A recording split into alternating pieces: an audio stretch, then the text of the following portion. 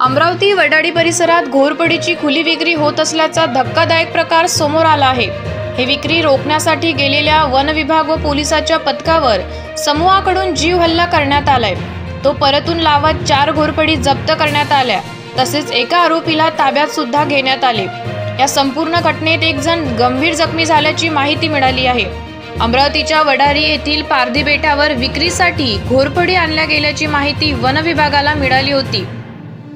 One विभागाने पोलिसाच्या मदतीने पारधी बेटावर धाड टाकली, त्यामुळे बिथरलेल्या पारधी समूहाने वन विभाग पोलीस विभागाच्या पथकावर सशस्त्र हल्ला चढवला। या घटनेत एक वनमजूर जखमी झालाय। घटनेतील एका आरोपीला ताब्यात घेण्यात आले असून दुसरा पळून गेल्याची माहिती मिळाली आहे।